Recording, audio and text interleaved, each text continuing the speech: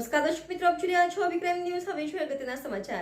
ભાભરમાં દારૂબંધી ક્યારે બંધ થશે? દારૂડિયાઓનું બેફામ વર્તન ભાભર પોલીસને ચેલેન્જ કરતા હોય ને એવું લાગી રહ્યું છે. કાયદાના ડર વગર હવે હદ ઓળંગીને કોઈકના ઘરમાં જતા રહે છે, જેવી તેવી ગાળો બકતા હોય છે. ભાભર પોલીસ પકડીને લઈ જાય ને ભાભર પોલીસ સ્ટેશનમાં જે કાર્યવાહી કરીને છોડી દે છે, જે લોકો હવે રીઢા થઈ જાય છે ને ફરીથી પીને નાટકો કરે છે. હદ થઈ રહી છે. ભાભર પોલીસ માટે શરમજનક ઘટનાઓ વધી છે, માટે ભાભર પોલીસ દારૂબંધી કરવી જોઈએ.